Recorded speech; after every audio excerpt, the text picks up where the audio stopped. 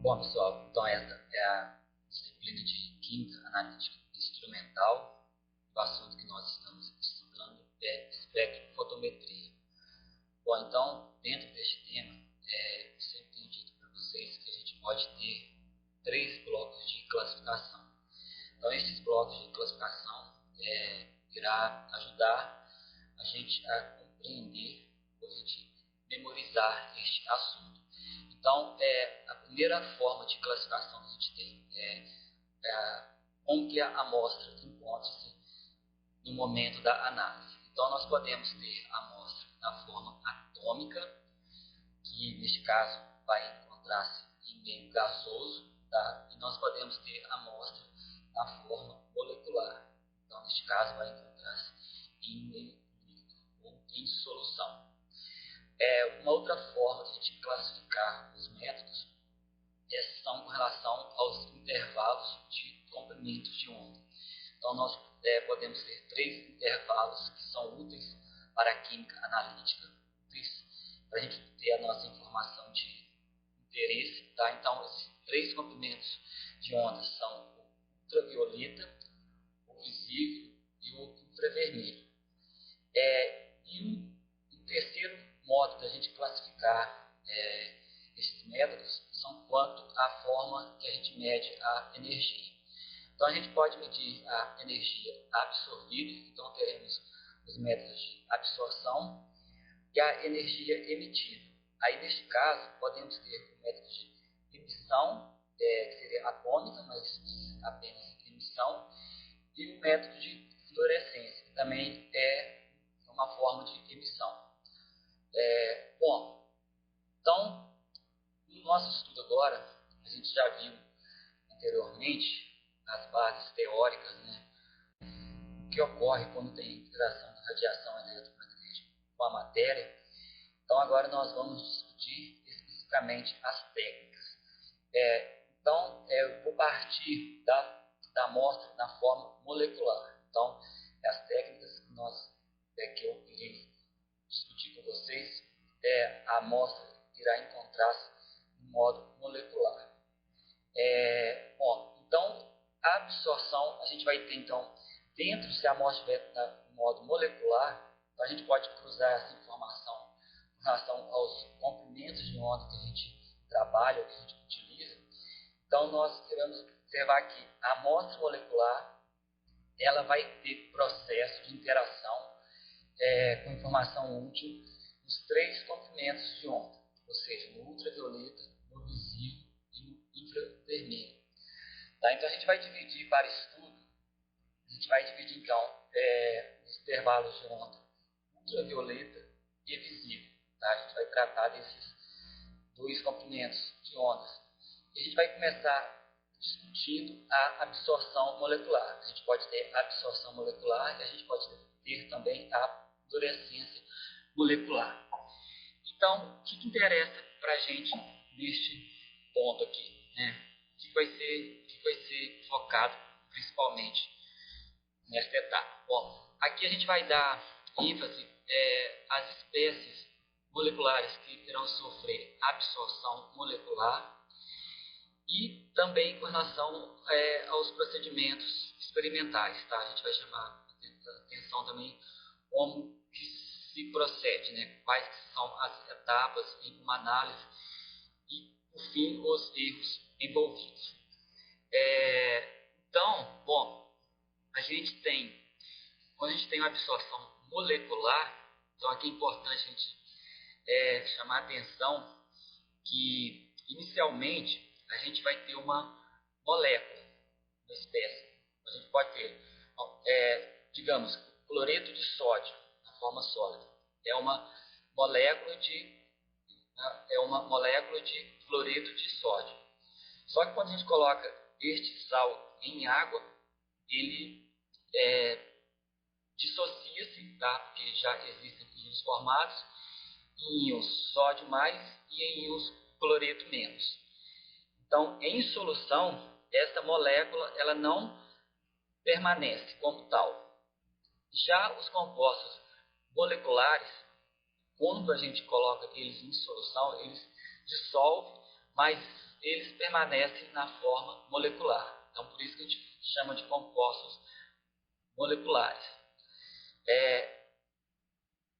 Então, com relação ao tipo de interação que nós vamos ter. Então, a gente vai ter a nossa radiação eletromagnética, composta por fótons, que são as partículas portadoras de energia, e irá interagir com os elétrons da matéria, sendo que esses elétrons da matéria são elétrons das ligações químicas. Tá? Além desses elétrons, a gente pode ter também elétrons dos heteroátomos, tá? Que pode ser oxigênio, enxofre, nitrogênio, halogênios. Tá? Então, para facilitar o nosso estudo, a gente vai dividir em compostos orgânicos e compostos inorgânicos. Lembra quando eu discuti na primeira prova as principais etapas em uma análise química? A primeira etapa, qual que é a nossa primeira etapa? A nossa primeira etapa, a gente vai definir qual técnica que a gente vai utilizar e primeiro a gente define qual analítico que a gente vai utilizar e depois a gente escolhe a técnica mais adequada. Então, o analito, a gente classifica inicialmente ele de duas formas. A gente pode classificar como composto orgânico e como composto inorgânico. Tá? Então, o composto orgânico, como eu chamei a atenção para vocês, ele vai permanecer como uma molécula intacta, mesmo em solução. Já o composto inorgânico, vou chamar de inorgânico porque geralmente em solução ele irá formar íons, cátions e ânions. Então, vamos iniciar pelos compostos orgânicos. Tá? Então, os compostos orgânicos com ligações simples e sem heteroátomos, tá? Eles são essas ligações simples. Elas são bastante fortes, tá? Então, para que ocorra uma transição, o comprimento de onda tem que ser menor que 180 nanômetros. Isso seria uma frequência bastante alta. Tá? Só que o problema é quando a gente trabalha em comprimentos de onda abaixo de 180 nanômetros, o solvente também absorve, que é ruim, que não pode. O quartzo, que é o material da cubita, também vai absorver, e o próprio ar também irá absorver. Então, para a gente trabalhar em comprimento de onda abaixo de 180 nanômetros, a gente teria que ter uma cubeta de um sal, tá? E a gente teria que fazer vácuo e também não poderia existir solvente. Então, é praticamente impossível, né? É impossível trabalhar nessa região. Bom, então,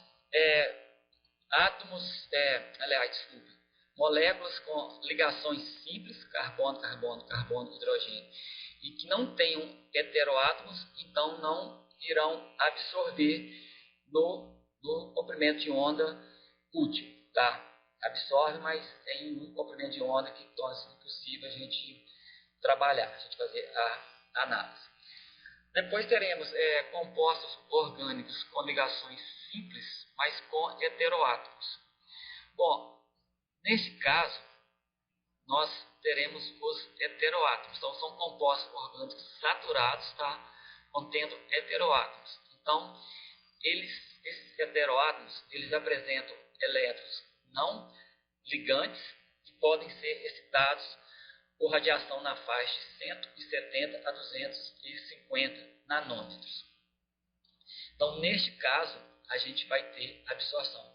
Uma coisa que a gente tem que estar atento é com relação ao solvente, porque álcoois e éteres também apresentam heteroátomos, que é o oxigênio, né? Então, esses solventes também podem sofrer absorção. Então, a gente tem que consultar em qual comprimento de onda que o solvente começa a absorver. Né? Então, muito cuidado a gente tem que ter nesse ponto com relação ao solvente, se não vai absorver também, porque este comprimento de onda aqui também é bastante baixo. Né? E, por fim, a gente tem compostos moleculares com ligações duplas ou triplas, que são chamados de compostos insaturados. Então, eles irão absorver. Então, esses compostos insaturados, eles irão absorver no ultravioleta e no visível, tá?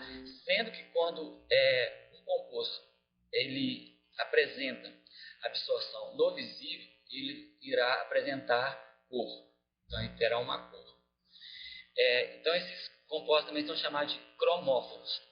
São grupos funcionais orgânicos insaturados que absorvem na região do ultravioleta e visível. Tá?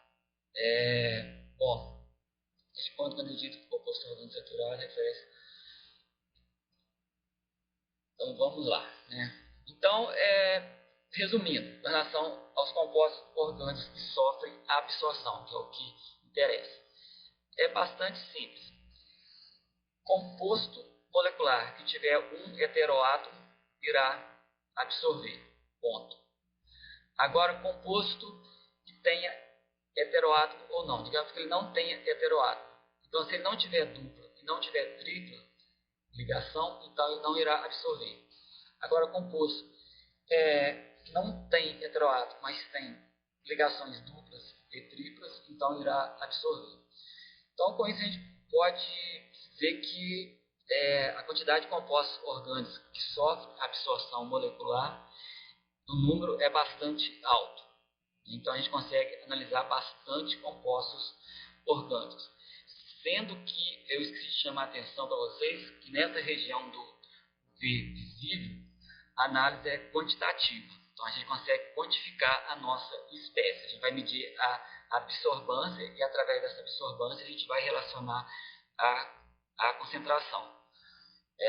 Mas, na frente, a gente vai ver qual equação matemática que relaciona essas duas variáveis. Né?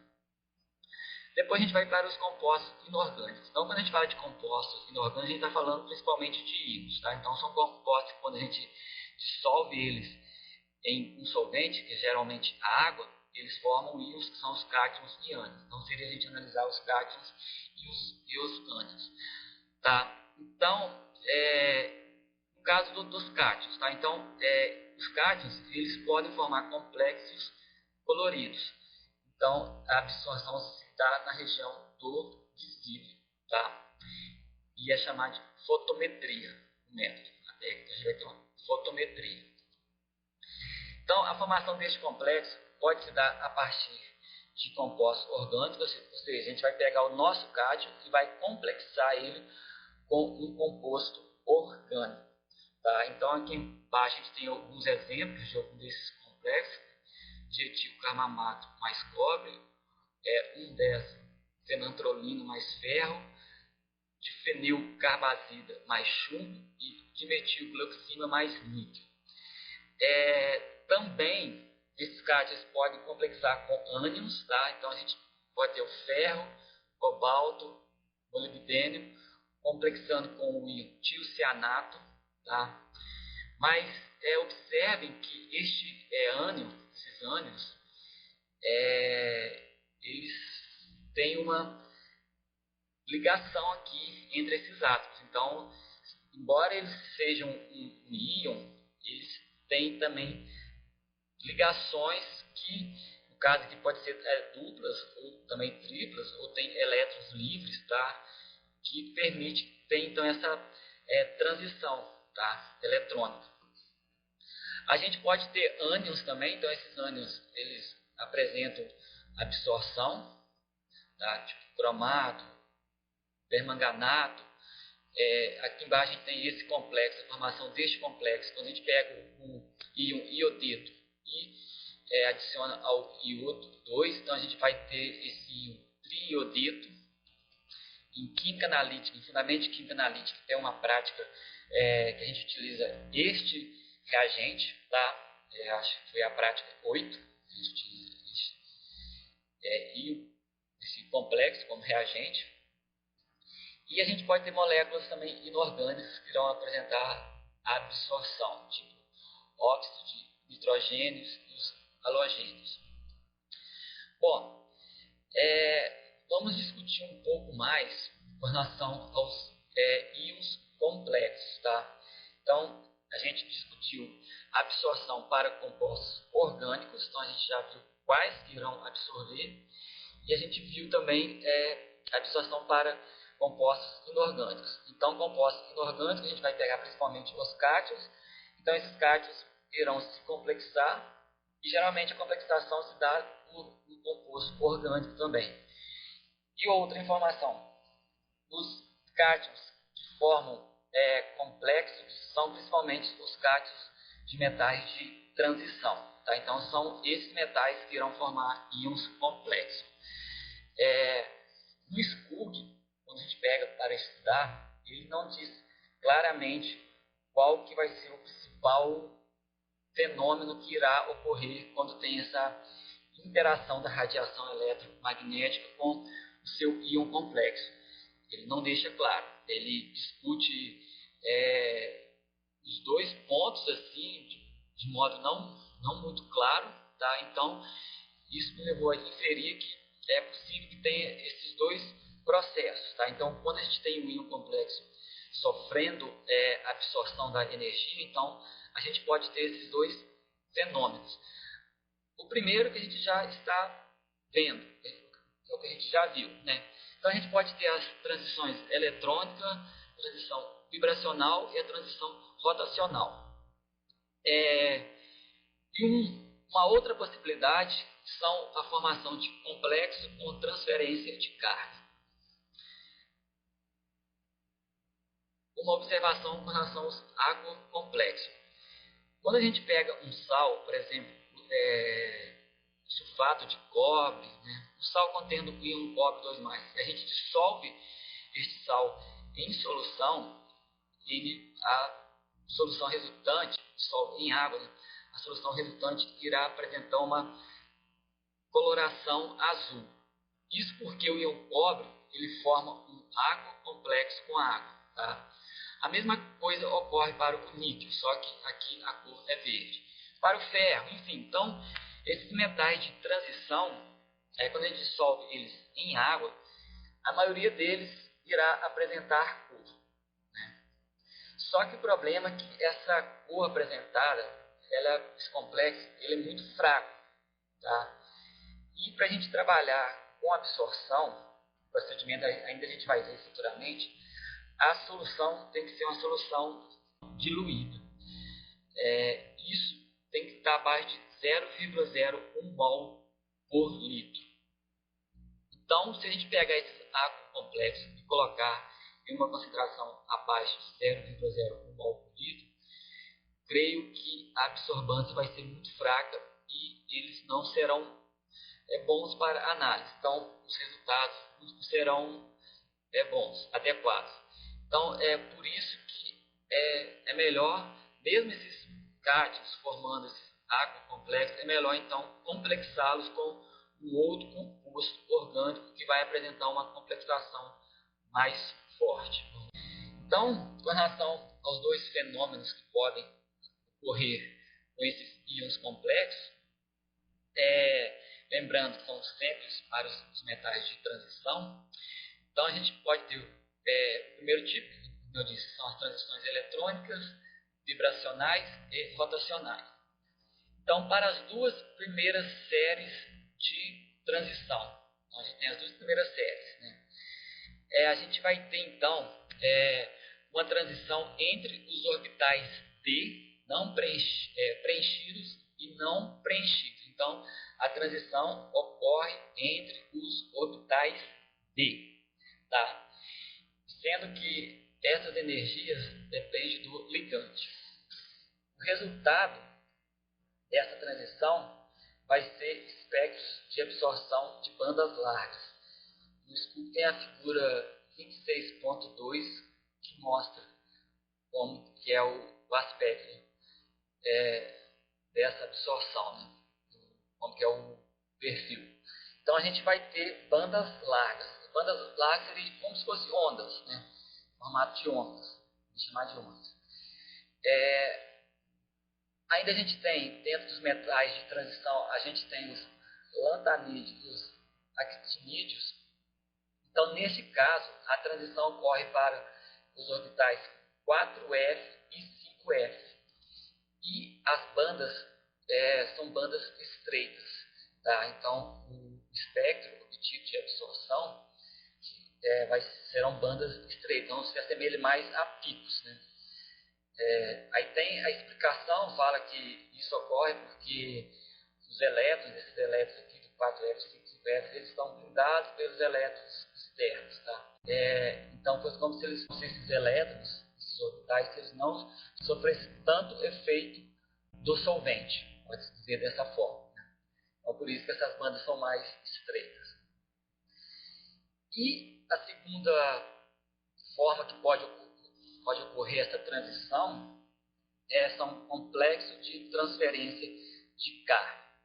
Então, na maioria das vezes, o complexo com transferência de carga é formado pela complexação de metais de transição, como eu já falei, né? Com o composto orgânico, isso já foi dito, tá? Então, aqui a gente tem alguns exemplos desses complexos, eu já falei também anteriormente, né? 1,10 tenantrolina com ferro 2, a gente tem ferro ferrite cianeto, que é conhecido como azul da Prússia, a gente tem o ferro cianato, que resulta em um complexo vermelho, e também temos o complexo iodeto-iodo molecular, né? A gente já viu também. Bom, esse CTC, dessa forma, mais simples, eles apresentam um epsilon maior que 10.000, tá? Que confere alta sensibilidade. Mais na frente a gente vai ver o que é esse epsilon, tá? Então vocês irão entender melhor o que é esse epsilon. Mas é importante que o valor do epsilon seja bastante alto. Então, se ele for alto, é melhor para a técnica. Então, a sensibilidade será maior. Então, de modo, a formação de complexos, mesmo para aqueles íons que já apresentam coloração em água, torna o método mais aplicável. Então, foi o que eu disse anteriormente. Às vezes, você dissolve o sulfato de cobre em água, então vai ficar azul. Mas só que para trabalhar lá na concentração ideal, que é abaixo de 0,01 mol por litro, essa coloração ela vai tornar-se muito fraca. Então, o método não vai ser sensível. Aí, quando a gente complexa com um composto orgânico, né, e forma o íon complexo, que vai ter um epsilon bastante alto, então torna-se mais sensível, ou seja, basta absorver muito mais a energia. Então, vamos discutir os dois casos aqui. Diferença entre cromófilos, que é a letra A, que é o primeiro caso aqui, tá? Cromófilos, e o caso CTC, né? Então, nós vimos que compostos orgânicos cromófilos ou com heteroátomos, a transição eletrônica ocorre devido à transição de elétrons entre orbitais moleculares.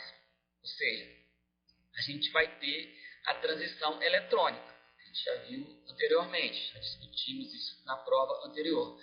A transição eletrônica é quando um elétron ele sai do orbital de menor energia, que seria o estado fundamental, e vai para o orbital de maior energia. Então, tem essa transição. Ele vai, mas depois ele volta novamente, né? Seria o processo de emissão. Então, isso seria no caso para cromófilo. No caso de complexo com transferência de carga, a absorção de energia promove uma reação de oxidação-redução interna. Então, o que a gente tem, na verdade, é uma reação de oxidação interna. Ou seja, ocorre a transferência de elétrons entre os orbitais atômicos, tá? Sendo que, geralmente, o cátion, por ser positivo, ele vai funcionar como um ácido de Lewis, ou seja, ele vai receber pares de elétrons. E o ligante, por ser uma molécula orgânica, geralmente terá pares de elétrons livres. Então, este ligante irá funcionar como uma base de Lewis. É claro que se tem exceção, tá? A exceção é no caso da 1,10 tenantrolina, em que o caso do ferro 2 é o doador de elétrons. Bom, então vamos encerrar esta parte aqui, tá? Nós iremos continuar ainda discutindo absorção molecular na região do ultravioleta PVC.